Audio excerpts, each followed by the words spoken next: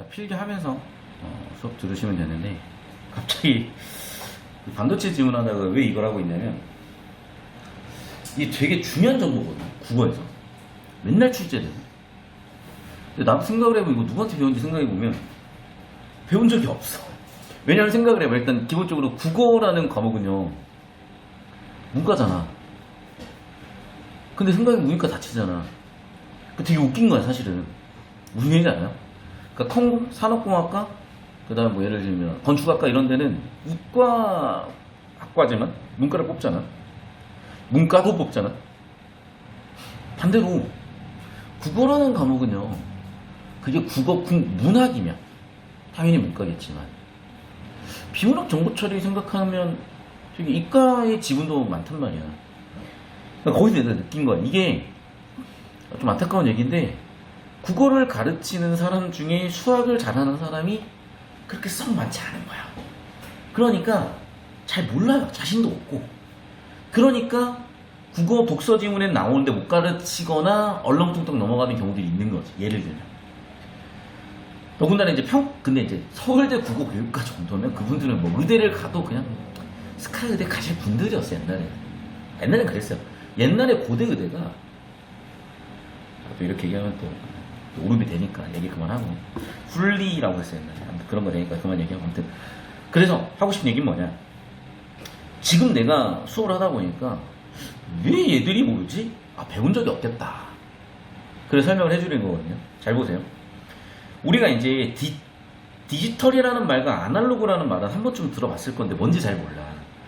그러니까 간단히 얘기하면요, 아날로그는 연속 정보고요, 디지털은 불연속 정보예요. 무슨 얘기냐? 봐봐. 우리가 예를 들면 전파의 파장 같은 게 있잖아요. 신전도 같은 것도 보면은 뭐 이렇게 뚝 뭐 이렇게 띄고 이러잖아. 또는 음파 같은 경우는 파장이 있잖아요, 이렇게. 그러니까 뭔가 파장으로 해가지고 연속된 데이터.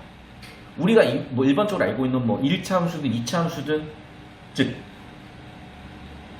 x값에 따라 y값이 결정되는데 x값이 무한대야. 맞죠? 봐봐. 무슨 얘기냐?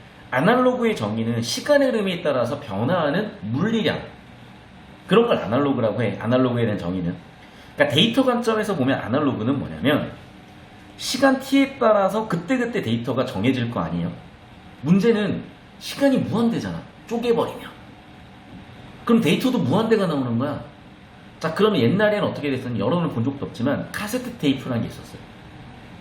그럼 거기다 녹음을 해, 녹화를 해. 그럼 봐봐, 녹음이라는 건 음성 음파를 녹음을 해놓는 거야. 녹화라는 거는 음성과 사진, 영상, 그 파장을 파장을 거기다 기록을 해놓는 거야. 그럼 당연히 연속된 정보를 저장을 해놨기 때문에 전송 과정에 왜곡이 무조건 발생해요.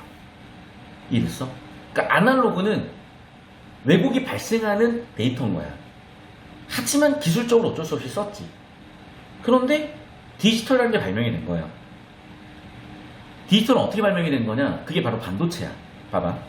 여러분, 도체 또는 전도체 알고 있죠? 도체는 기본적으로 전류가 흐르기만 해. 그러면 이 불이 꺼질 수가 없어. 그러니까 항상 1인 상태야. 자, 부도체. 전류가 아예 안 흘려요. 그럼 불이 꺼진 상태, 항상 0인 거야. 근데 반도체는 어떤 조건에 따라서 불이 들어오기도 하고 꺼지기도 하는 거예요.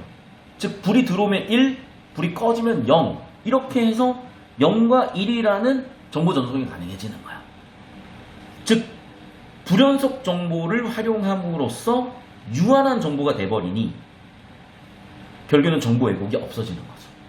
그래서 디지털 시대로 다 전환이 된 거예요. 이해됐어요? 그러니까 여러분 세대는 아날로그라는 말을 거의 못 들어봤어요. 그러니까 아날로그 감성이라고는 들어봤지. 그러니까 아날로그의 본 의미가 아니야. 여러분이 들은 아날로그 감성은 정확하게 이거야. 70년대, 80년대 감성이야. 그걸 아날로그 감성이라고 그러지, 실제로 아날로그라는 개념이 아니에요. 그러니까 지금 아날로그라는 어휘는 완전히 의미가 바뀌었죠. 약간 레트로 감성? 이게 아날로그 감성이야. 근데 다시 한번 얘기하자면 아날로그라는 건요, 연속 정보로서 무한한 정보를 얘기해. 그러니까 당연히 전송하는 과정에서 왜곡이 생길 수밖에 없는 거야.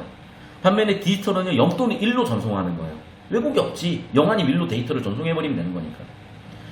자, 그러면 이걸 좀 더 딥하게 들어가면, 딥하다고 하기도 좀 웃긴데, 그 중딩 잼민이 때 여러분이 진법이란 걸 배운 교육과정 세대도 있고 안 배운 교육과정 세대도 있는데 10진법, 2진법 이런 거 배웠다 손 한번 들어보세요.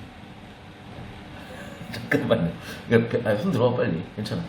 진법 안다. 진법 들어는 봤다 손. 진법을 교육과정에서 중학교 때 배웠다 손. 안 배웠다 손. 모르겠다 손. 알겠어요.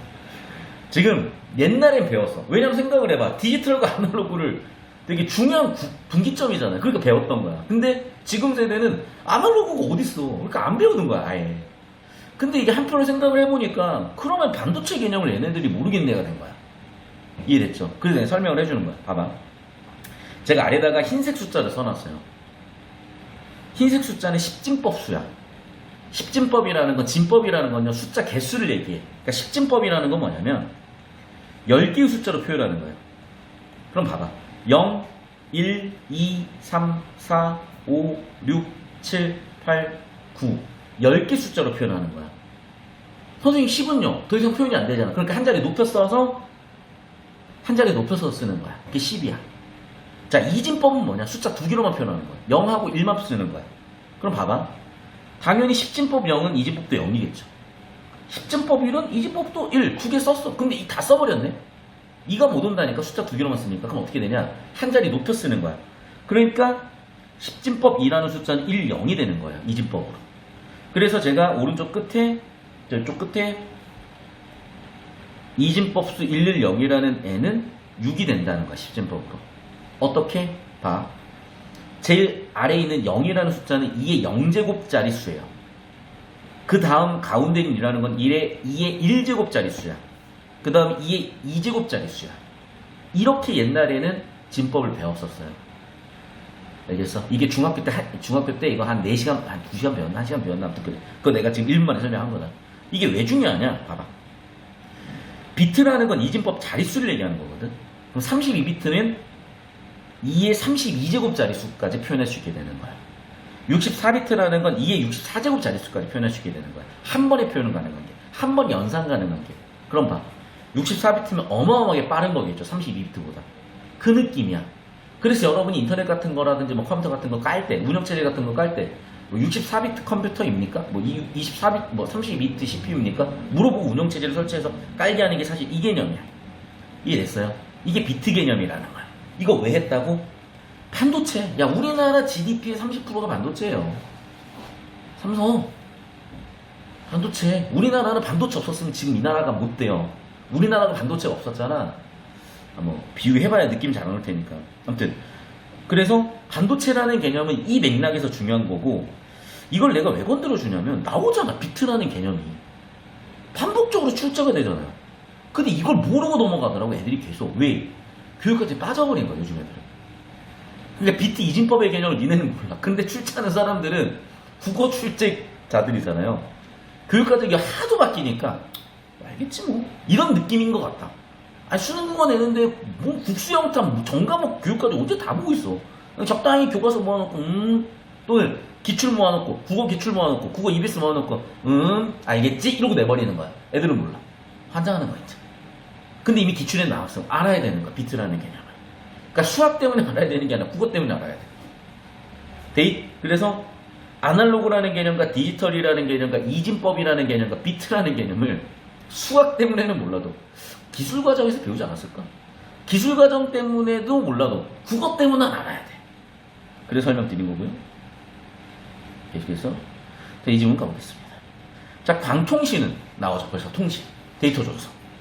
빛을 이용하기 때문에 C 때문에 셈. 정보의 전달은 매우 빠르다. 2 플러스 1.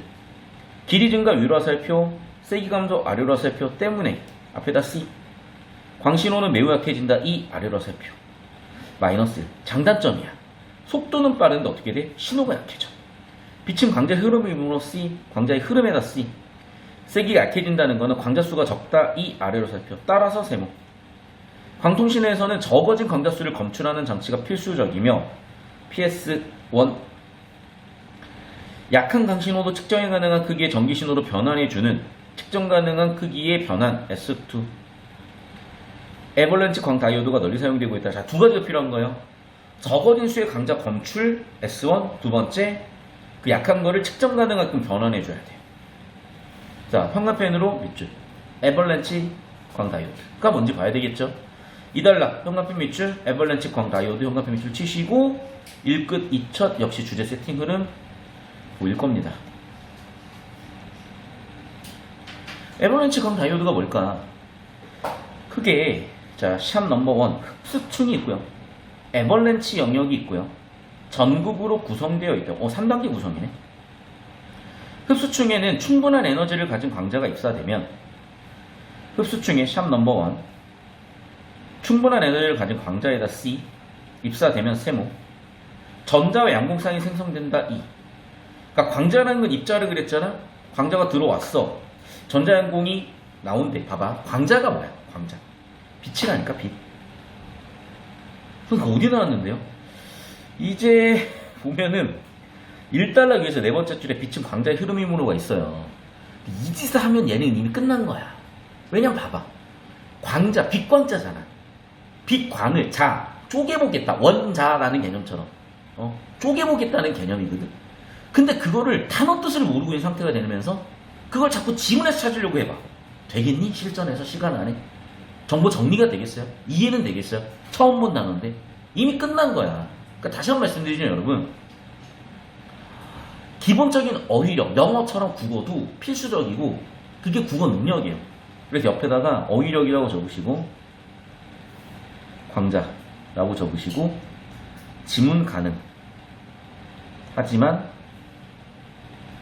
실력 X 이러면 실력이 없는 거야. 이거에 대해서 얘기하는 사람이 수능 성적표 까시라 그러고 전공 뭔지 까라고 하세요. 제발. 얘기에 이거 잘못 알고 하면은 여러분 진짜 크게 피봐요. 다시 2달러 세 번째 줄 그래서 광자가 와, 즉 빛이 와서 때린 거야. 때렸단 말은 없지만 빛에서 어떻게 갑자기 전자랑 양공이 튀어나와. 그러니까 빛이 와서 쏘니까 전자 양공은 바뀌었겠지. 왜? 빛이라는 것도 하나의 파장이 우리 자외선 맞으면은 막 피부 타고 난리 나잖아. 뭔가 에너지를 갖고 있겠지. 에너지를 쏘았으니까 전자 양공쌍이 나왔겠지. 그럼 봐봐. 광자, 전자 양공이야 이제. 그래서 어떤 일이 벌어지는데 이때 세모 입사되는 광자 수 위로 살펴. 전자 양공쌍의 개수 위로 살펴. 양자 효율에다 박스. 그래.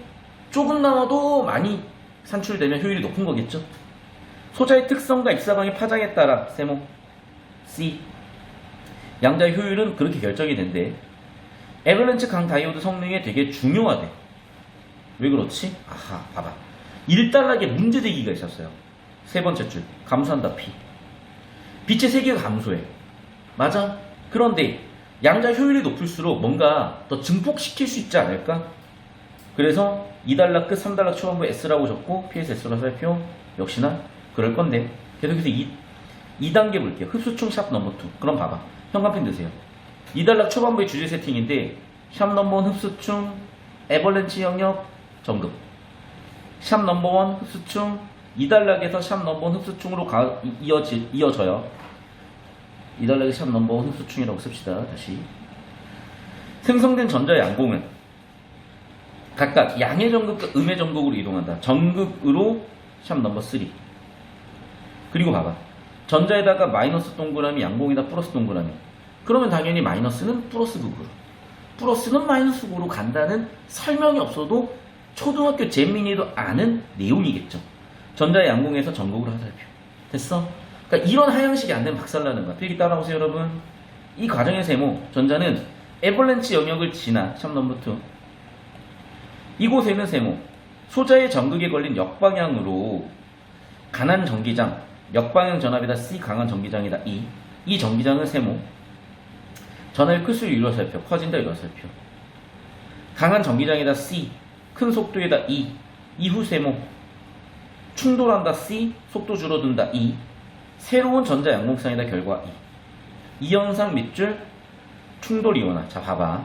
현관펜을 치는 이유가 있어. 왜냐면 보세요. 일단 글의 주제는 에벌렌치 강 다이오드에서 흡수층 에벌렌치 영역 전극으로 이루어지는 곳에서 일어나는 일들이야. 원리야. 그럼 봐. 일단 흡수층에서 광자 와서 전자 만들어.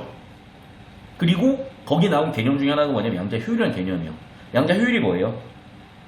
광자 대비 전자 양공쌍 숫자야. 봐.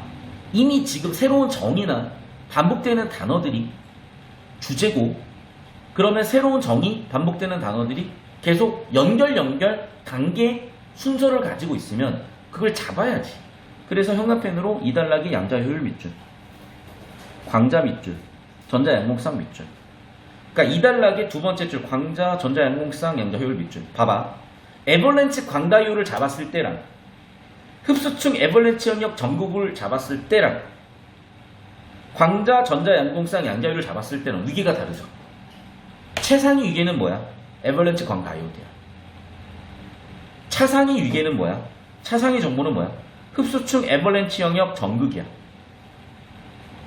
차차상위 정보는 뭐예요? 흡수층에서 광자 들어와서 전자 양공쌍 만들어. 그게 양자 효율이야. 맞죠? 그리고 이어져서 어떻게 가 얘네는? 전극에 플러스 마이너스 극이 있으니까 당연히 거기로 갈 거 아니야. 그 과정에서 전자는 에벌렌치 영역을 지나.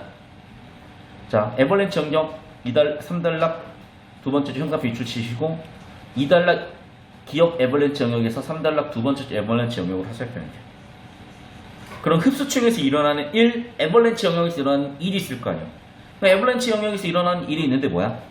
전자, 전기장이 있고 전압이, 그래서 어쨌다고? 봐봐. 2단락에서 중요했던 건 광자가 전기 양공쌍을 만드는 건데, 이번에는 전자가 전기 양공쌍을 만들어. 전자 양공쌍을 만들어. 이해됐어요? 그럼 거기에 집중해서 형광펜 쳐야 되는 거야. 정보가 적으니까. 그래서 어떻게? 3단락 위에 하나, 둘, 셋, 넷, 다섯, 여섯 번째 줄. 전자에 대한 형광펜 밑줄. 새로운 전자 양공쌍 밑줄. 충돌이 일어나. 그럼 2달러, 3달러 원리가 똑같아. 결과적으로 나오는 건 전자 양공쌍이야. 그런데 2단락에서는 광자가 흡수층에서 때려가지고 3단락에서 에벌렌치 영역에서 전자가 때려가지고 됐어? 새롭게 생성된 전자가 기존의 전자 같은 원리로 계속해서 충돌 이온을 반복해. 파란색 펜으로. 그 결과 세모 형광펜 밑줄. 에벌렌치 증대에다 밑줄. 그러니까 똑같은 현상이에요. 광자가 전자 양공쌍 만들었어. 그렇게 만들어낸 전자가 전자 양공쌍을 만들었어. 그런데 그 전자가 또 전자 양공쌍을 만들어. 그게 에벌렌치 증대야. 자, 그럼 봐. 파란색으로 즉 세모 치시고 증대 개수 박스. 증대 개수는 전기장의 크기가 클수록 유라살표. 작동 온도가 낮을수록 커진다. 전류의 크기는 유라살표. 단위당 시간이 흐르는 전자 수치에 비례한다. 유라살표. 이러한 세모. 광신호는 전류의 크기로 변환된다. 자, 형광펜, 광신호, 전류, 밑줄.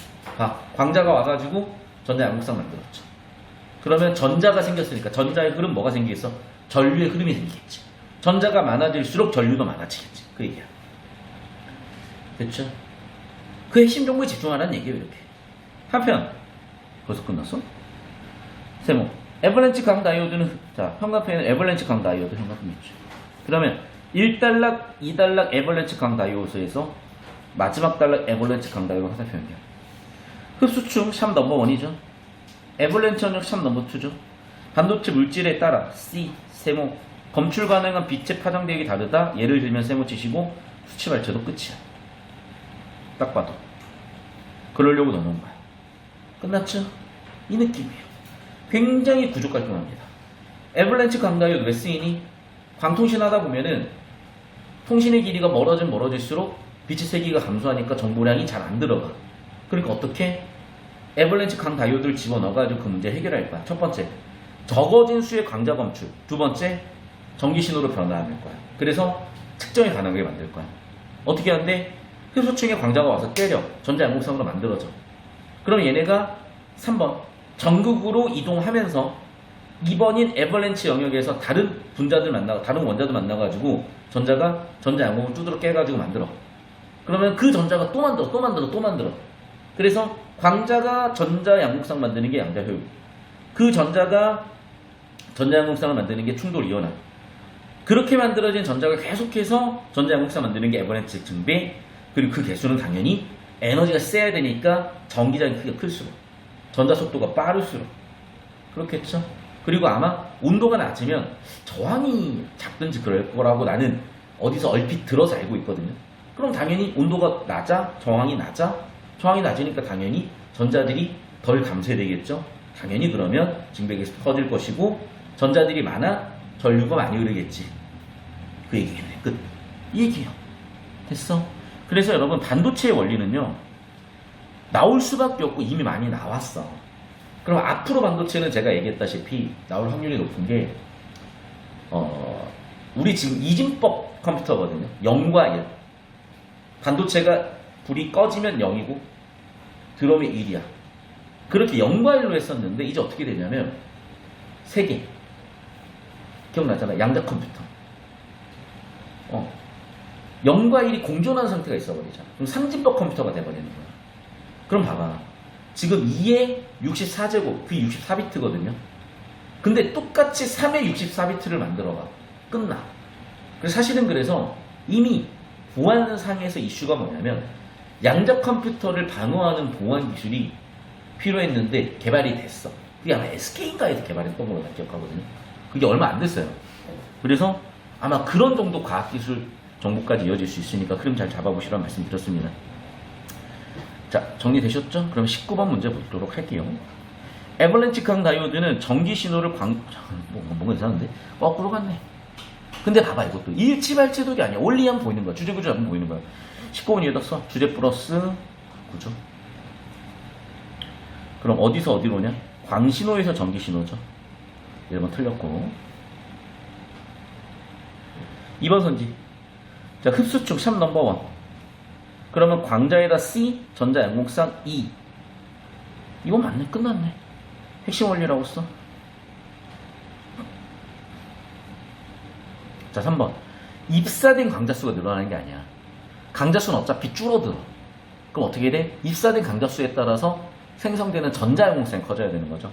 입사된 강자수 C, 화살표, 전자, 양공, 위로 화살표. 이게 중요한 거죠. 자, 4번 선지. 이거는 당연히 수치발췌도기로 쓰시고, 근데 이미 정답 2번 나왔으니까 저는 그냥 제낄 거고요. 5번 선지. 야, 양공은 플러스잖아. 양의 전국으로 가, 플러스가 플러스로. 상식이 없는 거죠, 진짜. 20번 문제 보겠습니다. 기억에 대한 이해.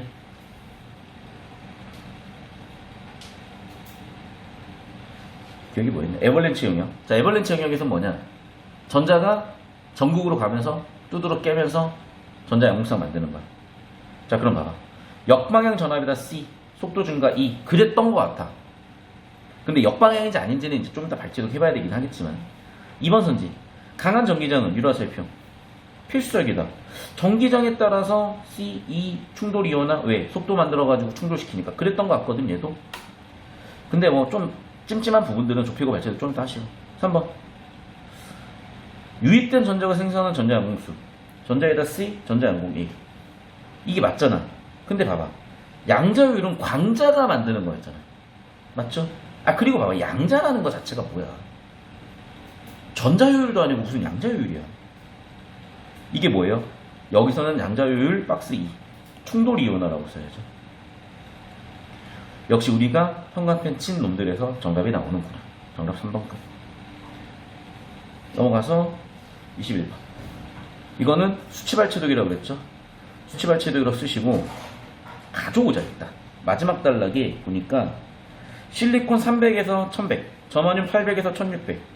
옆에다 써. 실리콘 300에서 800, 저마늄 몇 세스냐? 800에서 1600.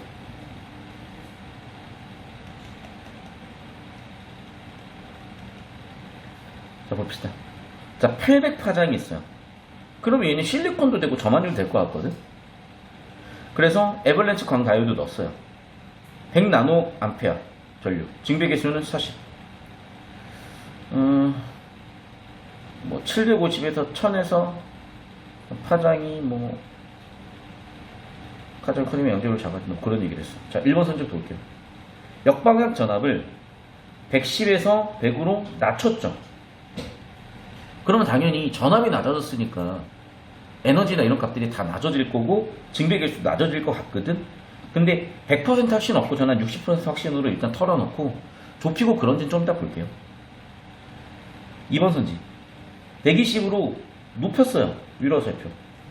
그러면 당연히 징배계수 높아지고 하니까 광자가 적게 들어와도 가능하겠지, 상대적으로. 난 2번 맞출 것 같거든. 이것도 한 70%. 3번 선지. 온도가 낮아야 된다 그랬거든.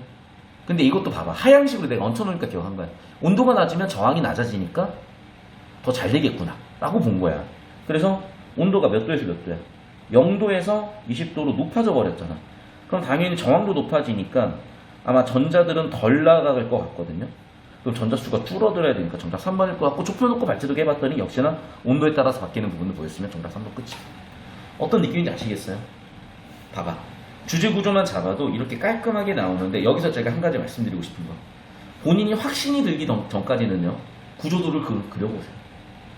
그리고 어느 정도 확신이 들기 시작하면은 잘 안 되는 것들이나 좀 난이도가 있어가지고 연습이 될 만한 것들은 구조도 그려봐.